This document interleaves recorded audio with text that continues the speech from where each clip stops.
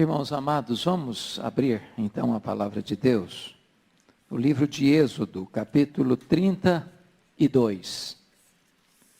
Êxodo, capítulo 32.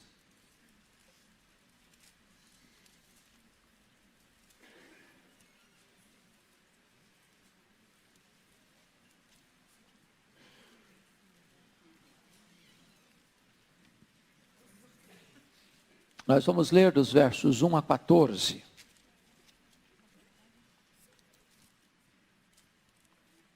Está escrito: mas vendo o povo que Moisés tardava em descer do monte, acercou-se de Arão e lhe disse: levanta-te, faze-nos deuses que vão adiante de nós.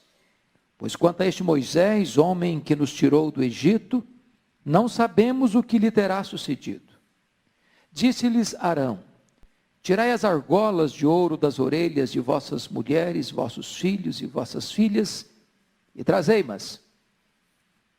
Então todo o povo tirou das orelhas as argolas e as trouxe a Arão. Este, recebendo-as das suas mãos, trabalhou o ouro com um buril e fez dele um bezerro fundido. Então disseram: são estes, ó Israel, os teus deuses que te tiraram da terra do Egito. Arão, vendo isso, edificou um altar diante dele e, apregoando, disse: amanhã será festa ao Senhor. No dia seguinte, madrugaram e ofereceram holocaustos e trouxeram ofertas pacíficas. E o povo assentou-se para comer e beber e levantou-se para divertir-se. Então disse o Senhor a Moisés: vai, desce, porque o teu povo que fizeste sair do Egito se corrompeu. Depressa se desviou do caminho que lhe havia eu ordenado. Fez para si um bezerro fundido e o adorou, e lhe sacrificou, e diz: são estes, ó Israel, os teus deuses que te tiraram da terra do Egito. Disse mais o Senhor a Moisés: tenho visto este povo, e eis que é povo de dura cerviz.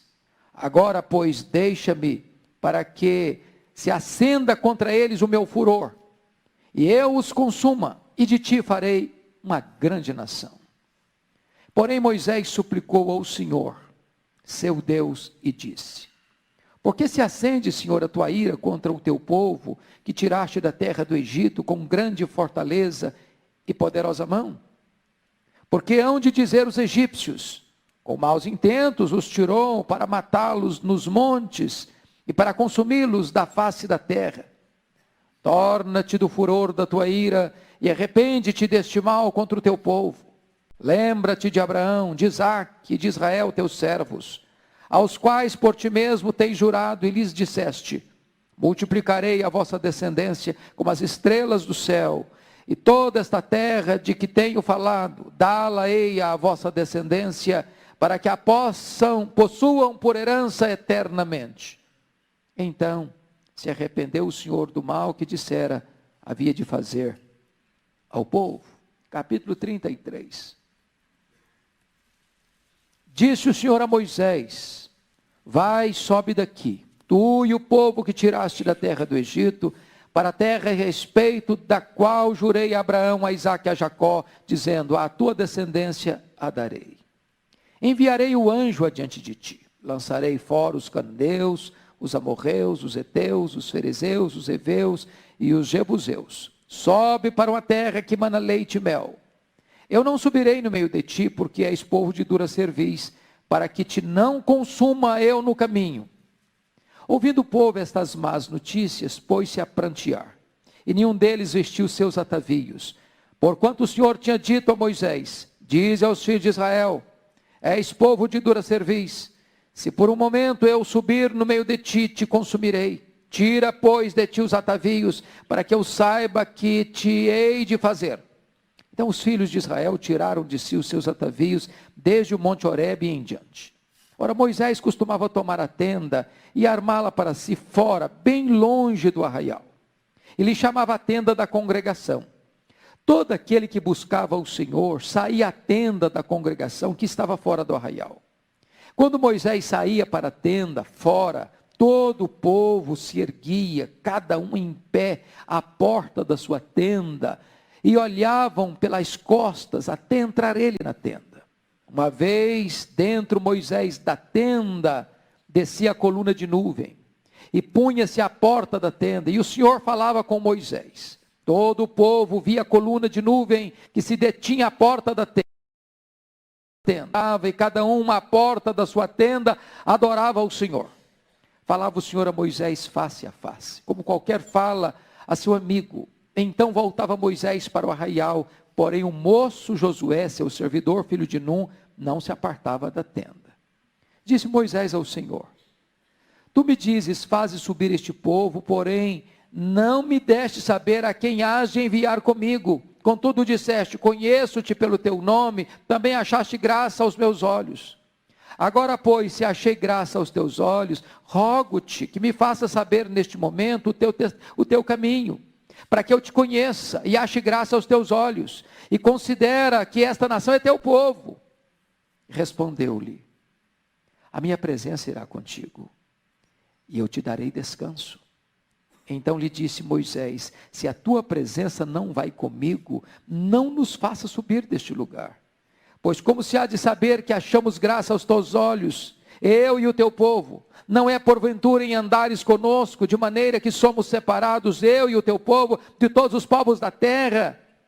Disse o Senhor a Moisés: farei também isto que disseste, porque achaste graça aos meus olhos, e eu te conheço pelo teu nome.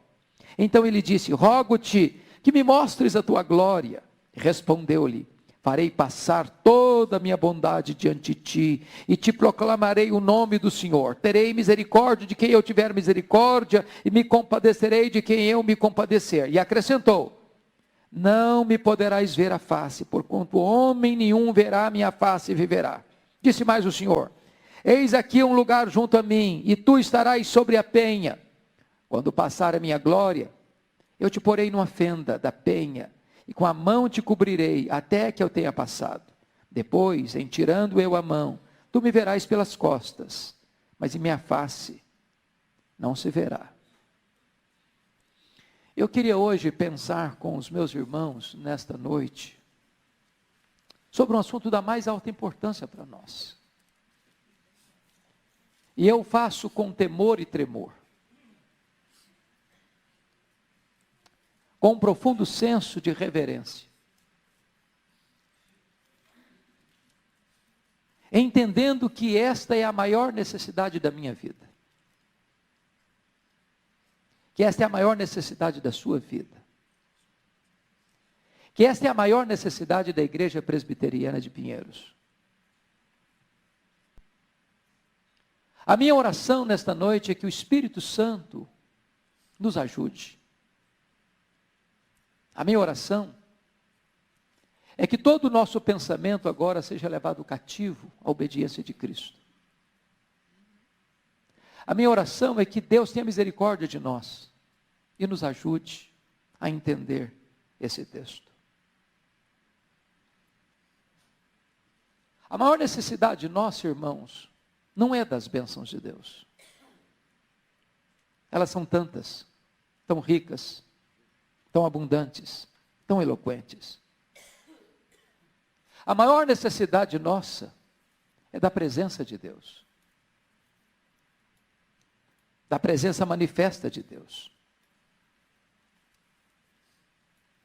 Não há nenhum propósito na nossa vida, e nada neste mundo há de nos dar sentido para a vida, a não ser que nós entendamos com clareza o que é a glória de Deus, o que é estar na presença de Deus, e o que é usufruir a intimidade com Deus. Nós estamos vivendo uma geração que busca coisas, que se contenta com coisas, que quer coisas, que luta por coisas, por bens, por bênçãos.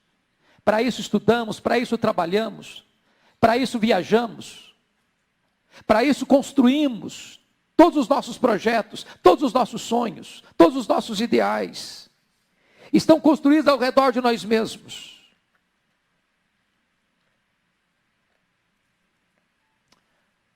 Mas eu posso lhes garantir que nós poderemos ser as pessoas mais bem-sucedidas na vida. Poderemos galgar os degraus das mais importantes universidades. Poderemos conquistar os diplomas mais cobiçados. Podemos encontrar um emprego ou mesmo a projeção nas empresas de maior projeção desta nação ou do mundo. Podemos ter o salário mais robusto e a conta bancária mais cobiçada. Podemos ter acesso a todos os bens de consumo daqueles que são disputados por poucas pessoas no mundo. E mesmo essas coisas mais excelentes da graça comum de Deus não é suficiente para satisfazer a nossa alma. Nós precisamos da presença de Deus. Esse texto está revelando para nós que o Deus que tirara o povo de uma amarga escravidão, o Deus que fizera milagres tão extraordinários diante desse povo, o Deus que guiava esse povo com a sua doce e magnífica presença, de dia com a coluna de nuvem para trazer refrigério, e à noite com a coluna de fogo para dar-lhes direção e proteção. De repente, por causa do pecado do povo, Deus se afasta do povo. Não tem mais coluna de fogo de noite. Não tem mais coluna de nuvem de dia. Não tem mais refrigério, não tem mais proteção, não tem mais direção. E sabe, amados, o que tira, afasta a presença de Deus da minha vida, da sua vida, da nossa vida, é o pecado. E eu estou absolutamente certo de que você e eu sabemos que pecado é esse.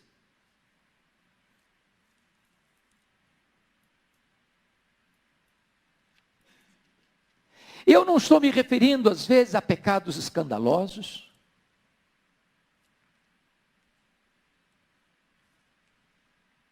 que chocam, escandalizam. Mas aquele pecado, às vezes, de se deleitar de tal maneira nas bênçãos de Deus, que já não tem mais saudade de Deus, que já não tem mais deleite em Deus, que já não tem mais prazer em Deus, que Deus não é mais um encanto da sua vida. O pecado de substituir Deus pelas bênçãos de Deus. O pecado do esfriamento espiritual. O pecado de ir se amoldando este mundo com as suas seduções, com seus prazeres, com seus deleites. O pecado de levar a vida espiritual apenas como um calendário, como uma agenda dominical, onde você vem, porque você bate o ponto, mas aqui não está o seu coração, aqui não está o seu prazer, aqui não está a sua alegria. Na presença de Deus não é onde você sente toda a alegria da sua alma.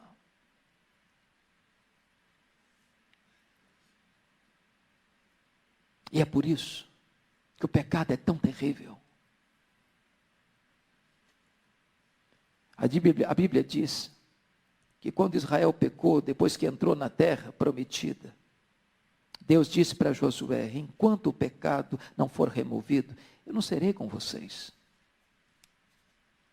Mais tarde, na época dos juízes, na época do sacerdote Eli e seus filhos, a arca, símbolo da presença de Deus, foi roubada e teve que se gritar: Icabode, foi-se a glória do Senhor. Na época do rei, do profeta Ezequiel, a glória de Deus se aparta da casa de Deus e então Judá é levado para a escravidão. O maior temor que você e eu deveríamos ter nesta noite, irmãos, é o medo de Deus se afastar de nós. Porque se Deus se afastar de nós, não há esperança para nós. E eu queria então tratar desse assunto com você nesta noite. Em primeiro lugar, a suprema importância da presença de Deus na igreja. Irmãos, eu posso lhes garantir que sem esse senso da presença de Deus, nossas orações ficam vazias, mecânicas, secas.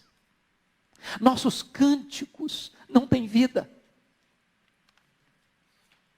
Sem esse senso da presença de Deus, meus irmãos, os nossos cultos se tornam cansativos.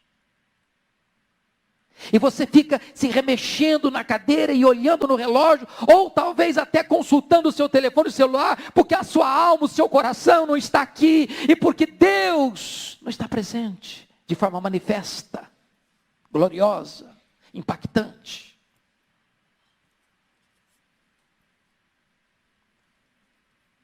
Quando Deus está presente de forma manifesta, isso é notório.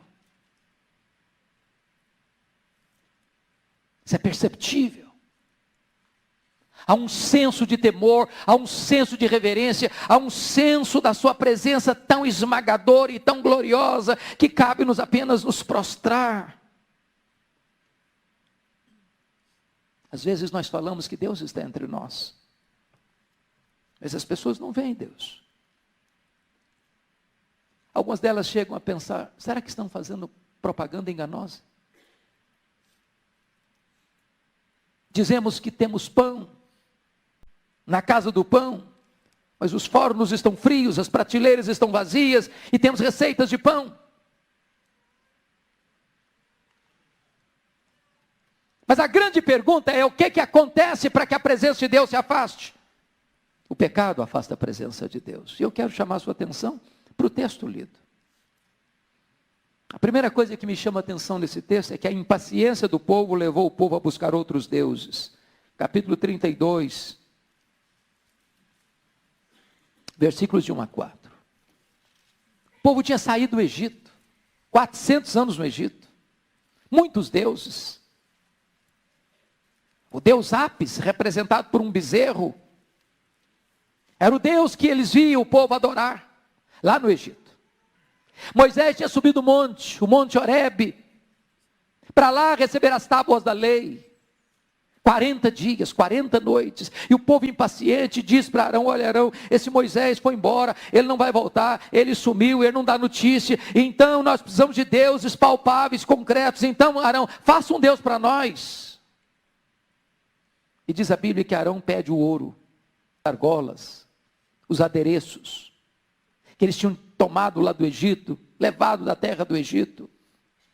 E diz a Bíblia que Arão pega todo aquele ouro, trabalha todo aquele ouro, funde todo aquele ouro e constrói com as suas mãos um bezerro de ouro.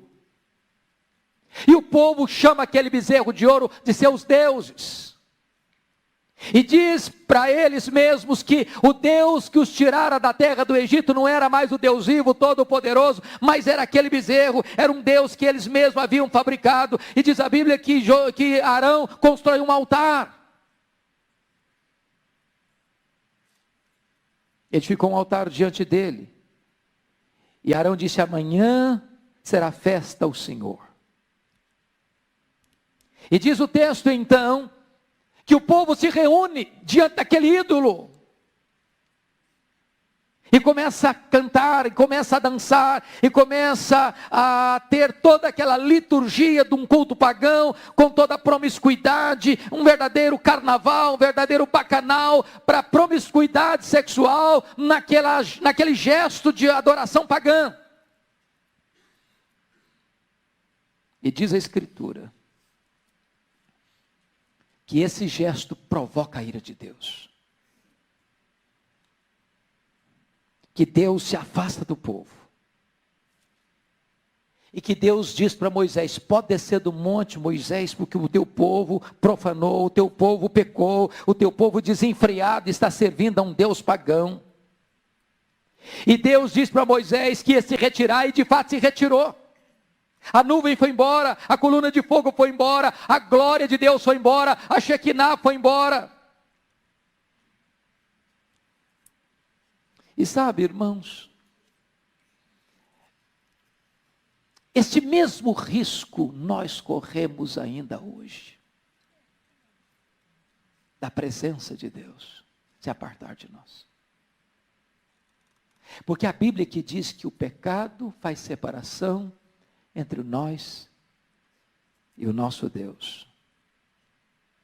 Eu quero dizer para você que os sinais visíveis da presença de Deus, quando desaparecem, a igreja fica fraca, seus membros caem nos mesmos pecados no mundo, Passam a amar o mundo, porque não se deleitam mais em Deus, não têm mais prazer nas coisas de Deus. Aliás, se deleitam nos banquetes do mundo, porque não têm mais fome de Deus. Eles não conhecem mais acerca da intimidade de Deus. Agora pense comigo. Olhe para os crentes. Olhe para a igreja evangélica brasileira. Olhe para o seu coração. Eu pergunto a você, meu irmão, é a presença de Deus que empolga a sua vida? São as coisas de Deus que trazem brilho para os seus olhos? Nas suas conversas informais, é Deus que é o tema da sua conversa?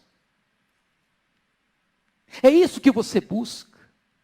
É a intimidade de Deus, é o deleite em Deus, é o prazer em Deus, são as coisas de Deus que fazem pulsar a sua alma, que fazem vibrar as cordas do seu coração. O que encanta a sua vida?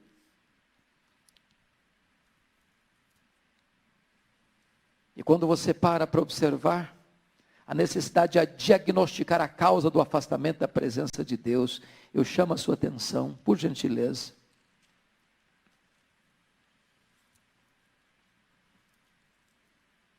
No capítulo 33, no versículo 4. Os filhos de Israel tomam consciência da crise e se arrependem. Você pode ler comigo 33:4, por favor? Vamos juntos? Ouvindo o povo estas más notícias, pôs-se a prantear, e nenhum deles vestiu seus atavios. Que mais notícias que eles ouviram?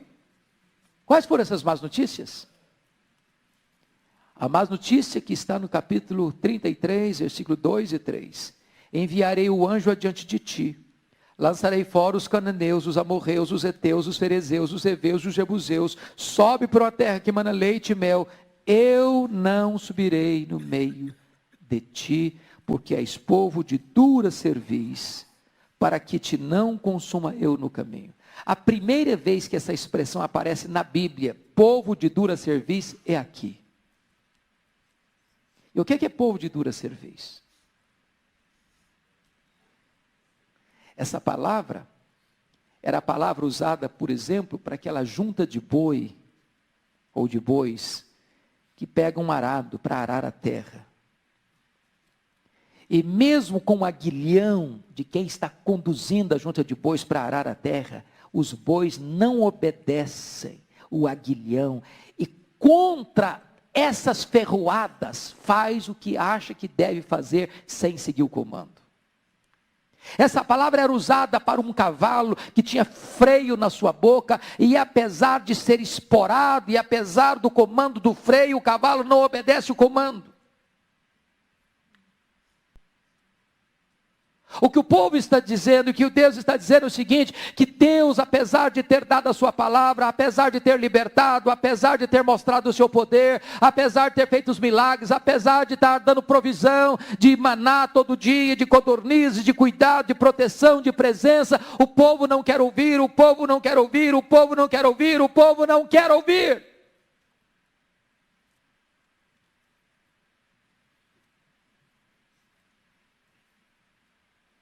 E nesse momento, Deus diz, eu não vou com vocês. A minha presença não vai com vocês. Eu vou mandar um anjo. Eu vou dar a vitória, eu vou levar vocês à terra prometida. Eu vou cumprir o que eu falei, mas eu não vou com vocês.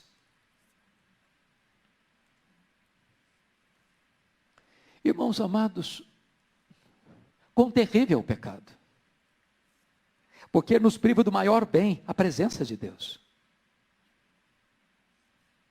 Você pode morar na casa mais bonita, você pode ter os móveis mais requintados, você pode ir para os restaurantes mais caros, você pode fazer as viagens mais cobiçadas, você pode ter tudo na vida, mas se Deus se apartar da sua alma, há um vazio, há uma angústia. Veja comigo os versos 7 e 8. Precisamos ter consciência de que é por causa do pecado que Deus está se retirando do meio do seu povo.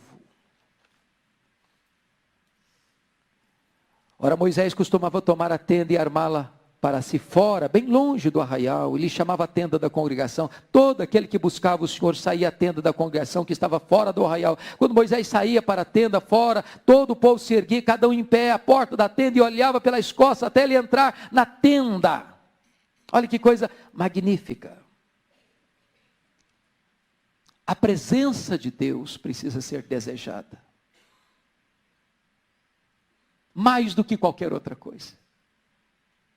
Quando Deus diz para Moisés, eu não vou com vocês, Moisés toma uma decisão.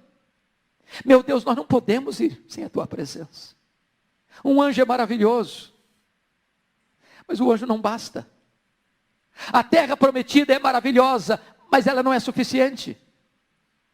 Os milagres que tu vais operar até nos levar à terra prometida são magníficos, mas eles não são suficientes. Mas não basta, irmãos, ter consciência de que nós precisamos da presença de Deus. Nós precisamos buscar esta presença, até que ela venha, até que ela volte, até que Deus se manifeste. O que é que Moisés faz?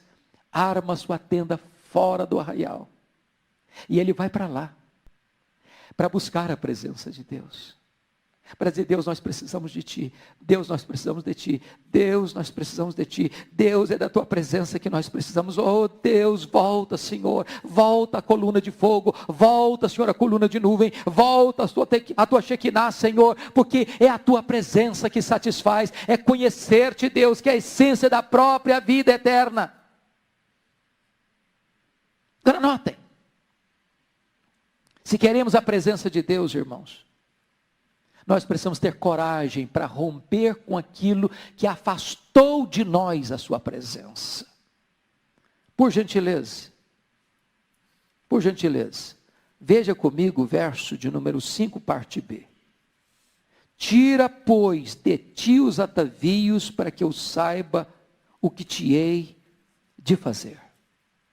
Aqueles atavios é que entregaram para Arão, e daqueles atavios Arão fez um bezerro de ouro, e aquele bezerro de ouro que substitui Deus, e o culto verdadeiro substituído por um culto sincrético e pagão, foi que afastou a presença de Deus. Agora Moisés está ordenando para o povo, olha, aquilo que foi a causa da separação de Deus, vocês precisam romper com isso.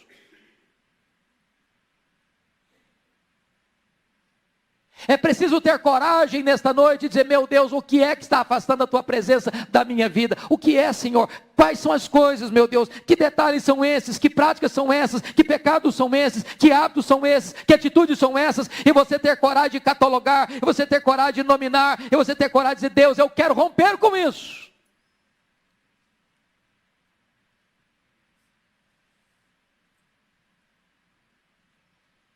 O que está afastando Deus do nosso coração hoje? Secularismo? Lazer mundano?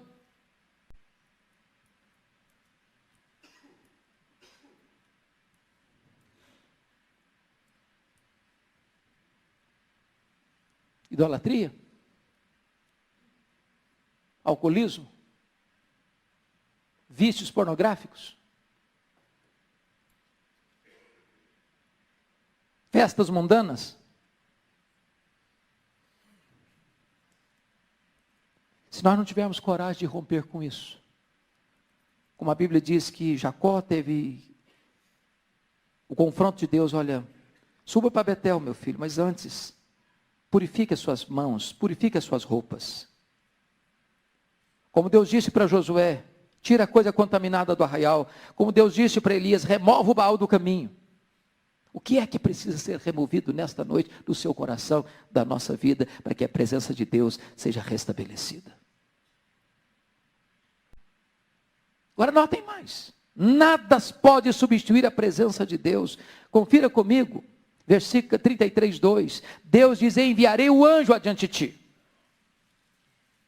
Deus promete um anjo. Mas o anjo não é suficiente. O que mais Deus promete? Deus promete vitória. Versículo 2, lançarei fora os cananeus, mas não é suficiente. O que mais Deus promete? Deus promete introduzir na terra prometida.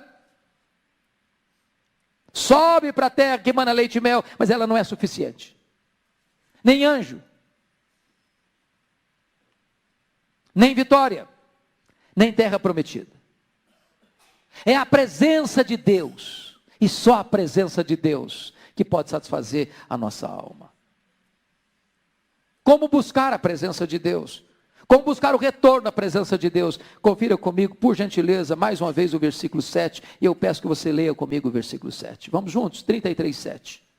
Ora, Moisés costumava tomar a tenda e armá-la para si, fora, bem longe do arraial. Ele chamava a tenda da congregação. Todo aquele que buscava o Senhor saía à tenda da congregação, que estava fora do arraial. É curioso isso. E eu louvo a Deus por isso. Porque o nosso líder espiritual aqui em Pinheiros, pastor Erival, é um homem que tem dado para nós exemplo de vida de oração.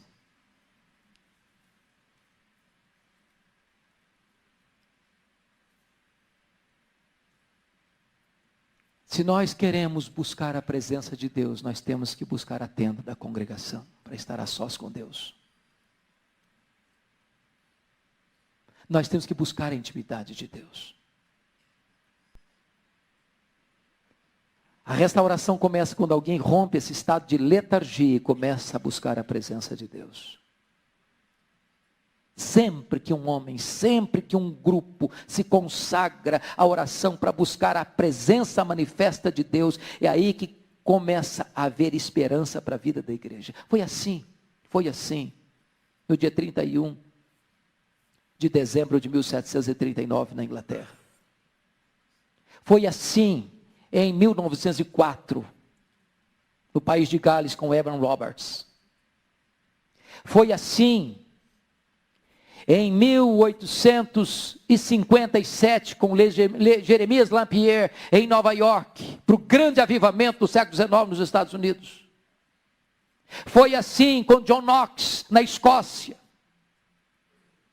Foi assim no dia 23 de setembro de 1723, na Alemanha, com o conde Ludwig von Zinzendorf. Todos os avivamentos nasceram exatamente desse útero, desse ventre, irmãos. A consciência de que nós precisamos desesperadamente da presença de Deus.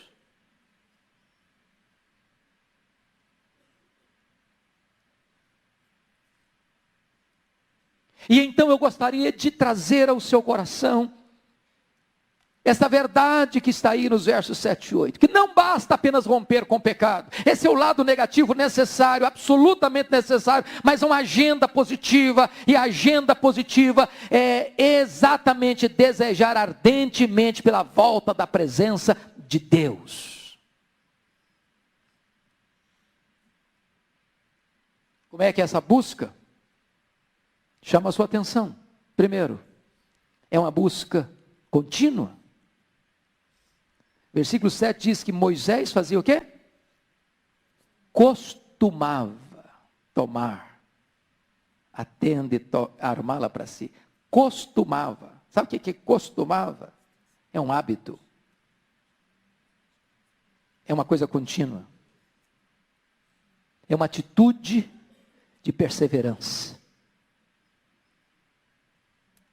Ele não suportava a ideia da presença de Deus se apartar e ficar apartada. Ele precisava que essa presença retornasse. Ele reconhece essa necessidade de buscar a Deus continuamente.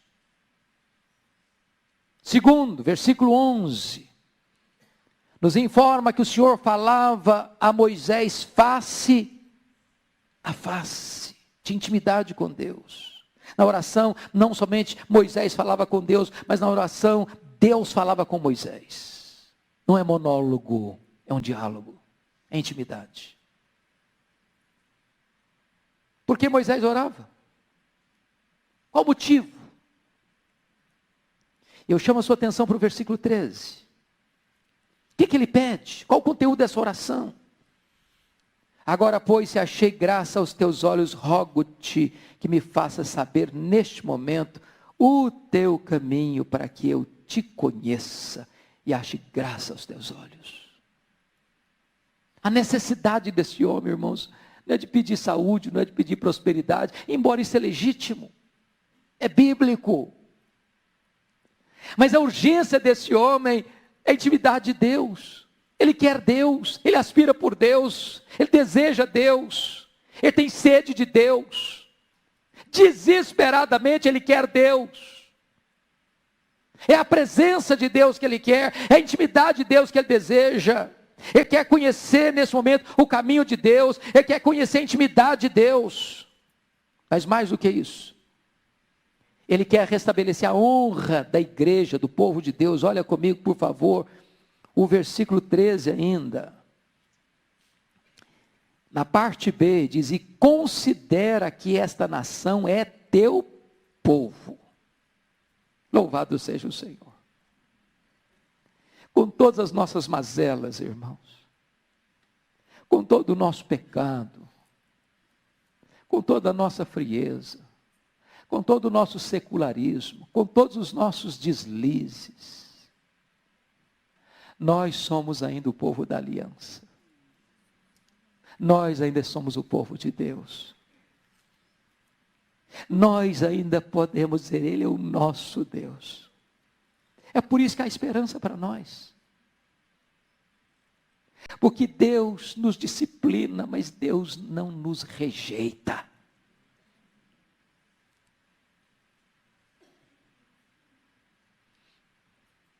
O que mais Ele quer? Versículo 18. Então ele disse: rogo-te que me mostres a tua glória. E eu nem sei se Moisés está sabendo bem o que está pedindo. Eu nem sei se Deus nos mostrasse a sua glória, se nós suportaríamos a manifestação desta glória. É por isso que Deus diz: não, meu filho, eu não vou te mostrar a minha glória, eu vou te mostrar a minha bondade.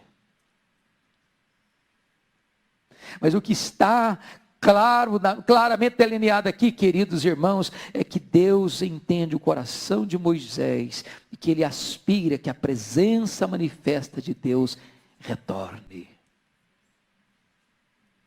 Mas preste atenção nisso. O que acontece como resultado da oração de Moisés? A presença de Deus volta. A coluna de nuvem volta. A Shekinah de Deus volta. A restauração chega. Confira comigo, por gentileza, o versículo 9. Você pode ler comigo o verso 9, por favor? Uma vez, dentro Moisés da tenda, descia a coluna de nuvem e punha-se à porta da tenda, e o Senhor falava com Moisés. Eu não vou mais com vocês. E Moisés disse: Senhor, se tu não fores conosco, não nos faça subir. E ele arma a tenda. E ele vai buscar a Deus. E quando ele entra na tenda para buscar a Deus, a coluna vem. E Deus fala com ele. Irmãos queridos, vocês já imaginaram a presença manifesta de Deus entre nós, em todos os nossos cultos?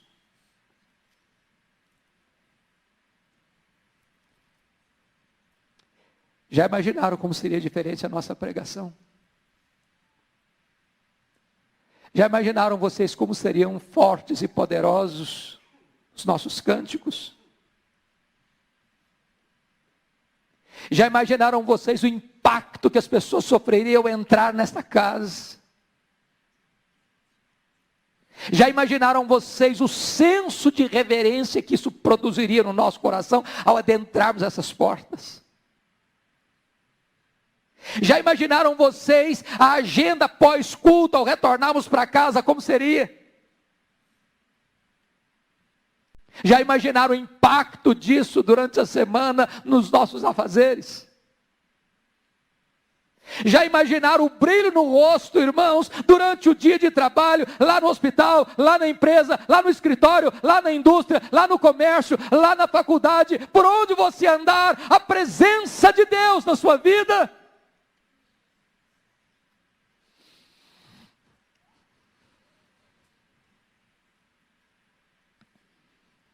Notem comigo o verso 10, quando a presença de Deus veio sobre a tenda, o povo começa a adorar a Deus nas suas tendas.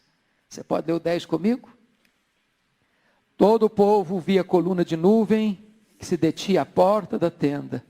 Todo o povo se levantava e cada um à porta da sua tenda adorava o Senhor. Pastor Arival tem batido semana após semana para você trabalhar com vida devocional. Semana após semana.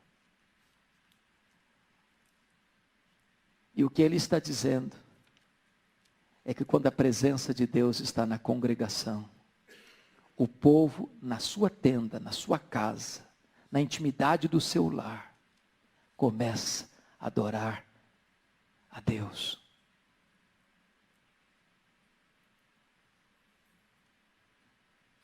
Sabe o que eu aprendo com isso aqui? É que Deus escuta orações.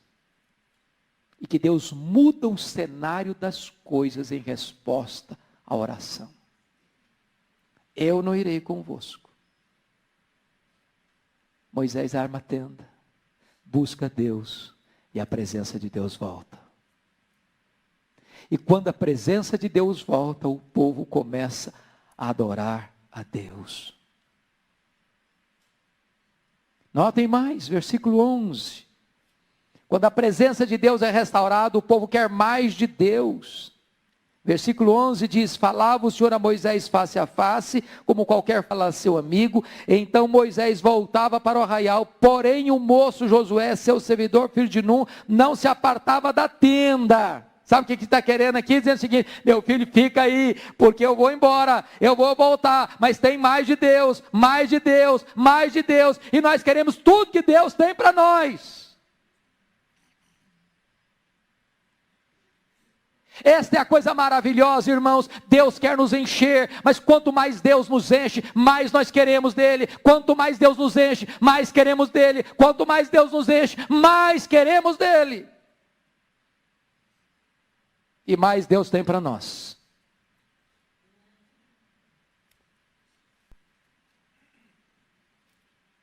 O sinal da presença de Deus que tira embora volta, e a igreja é restaurada, quando há uma manifestação da presença de Deus em seu meio. Sabe o que é maravilhoso? É que essa glória de Deus veio até nós. Quando o Verbo se fez carne, habitou entre nós cheio de graça e de verdade, e vimos a sua glória, glória como do unigênito do Pai. E agora esse Cristo vivo habita em nós. E Cristo em nós, a esperança da glória. E hoje, irmãos, mais do que ouro e prata, mais do que emprego, mais do que saúde, mais do que segurança, mais do que qualquer outra coisa que o Brasil precisa, o que a igreja deseja, a maior necessidade minha e sua é dessa presença manifesta de Deus entre nós. Porque quando Deus está presente de forma manifesta, é aquilo que Paulo chegou a dizer em Filipenses. A sublimidade desse conhecimento de Cristo me leva a considerar todas as vantagens outras como esterco. Você encontrou uma pérola, você encontrou um tesouro, você encontrou o maior deleite para a sua alma. E é isso que eu quero. É isso que você deve desejar. É isso que nós estamos buscando. E a minha oração é que nós busquemos essa presença manifesta até que Ele venha e restaure a nossa sorte. Você anseia por isso, irmão? Você quer isso na sua vida? Eu queria orar com você nessa noite. E eu confesso para vocês que eu aspiro isso, desejo isso, mais do que a minha vida. Preciso disso, mais do que o ar que eu respiro.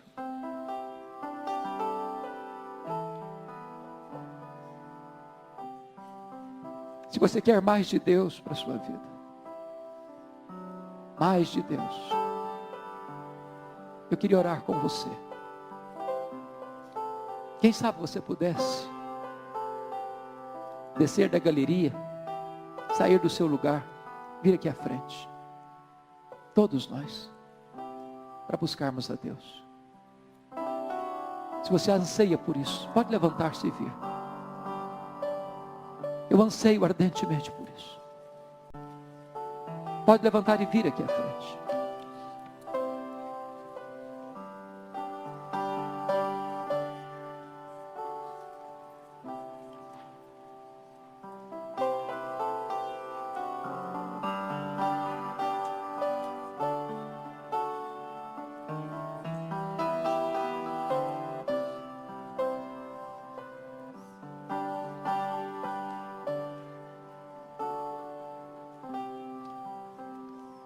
Enquanto você está vendo,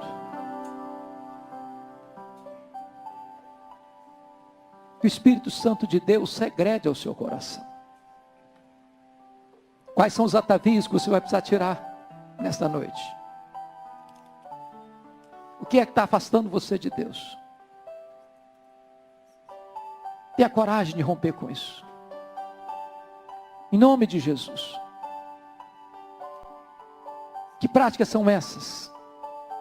Que atos são esses? Que hábitos são esses? Que hoje, em nome de Jesus, precisa existir uma cisão, um corte radical.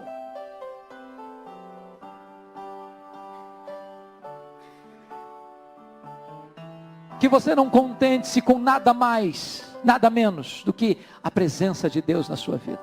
A presença de Deus na sua casa. A presença de Deus no seu lar. Que esta seja uma noite de restauração para minha alma, para a sua alma, para o seu coração.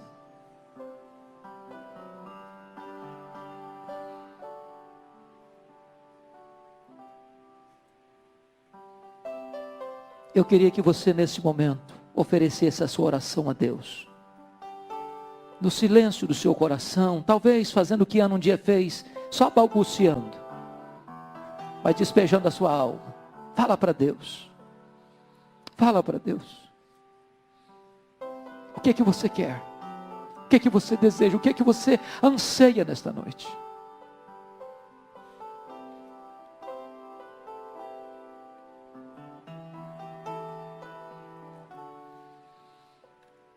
Ó Deus querido,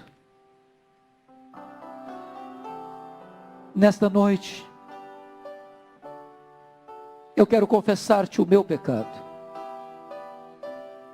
o pecado do teu povo,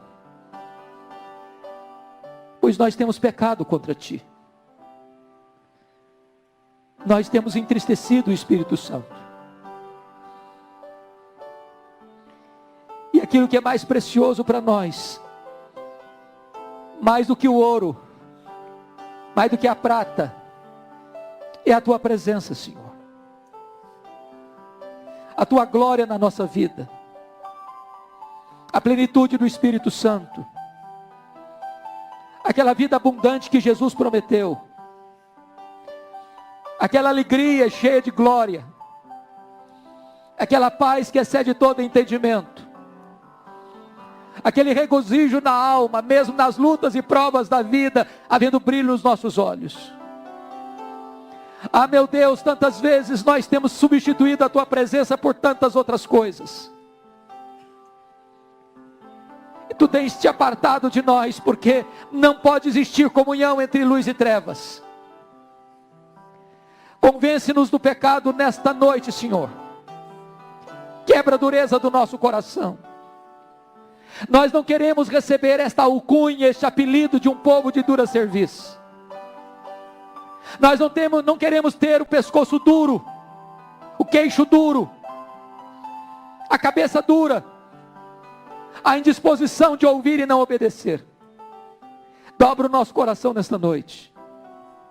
Quebra a dureza do nosso coração nesta noite. Leva-nos às lágrimas do arrependimento genuíno. E traz sobre nós a cura do céu. Traz sobre nós um tempo de restauração, por amor do teu nome. Restaura nossa alma, Senhor. Abre as janelas dos céus, Deus. Derrama sobre nós as torrentes do teu Espírito. Precisamos deste avivamento mais do que a nossa própria vida. Restaura a nossa sorte. Volta-te, volta-te, volta-te para nós em nome de Jesus. Volta o teu rosto para esta casa e ser propício a nós em nome de Jesus. Renova-nos, restaura-nos, levanta-nos, cura-nos, perdoa-nos, reaviva-nos em nome de Jesus. E a nossa súplica, Senhor, neste nome bendito, o nome do nosso amado Salvador. Aleluia. Aleluia. Amém.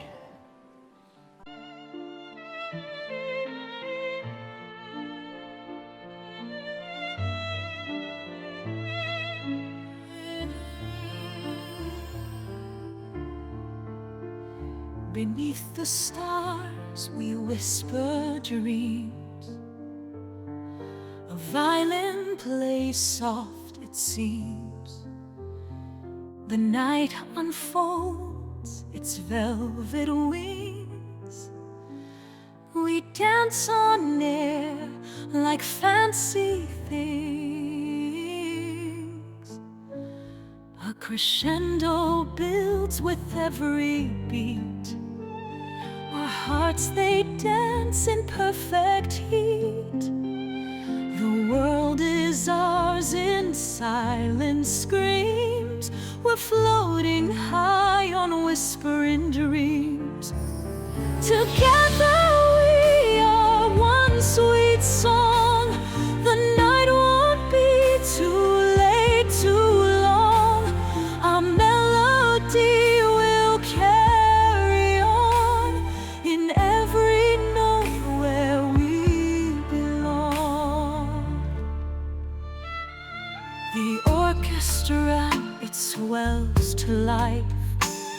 The strings, they cut the dark like a knife. Your voice an echo in my soul. In every verse we find the goal. Oh, violins, they cry so pure. In every touch we find the cure. Your hand in mine, the music flows. In whispered dreams, the magic grows.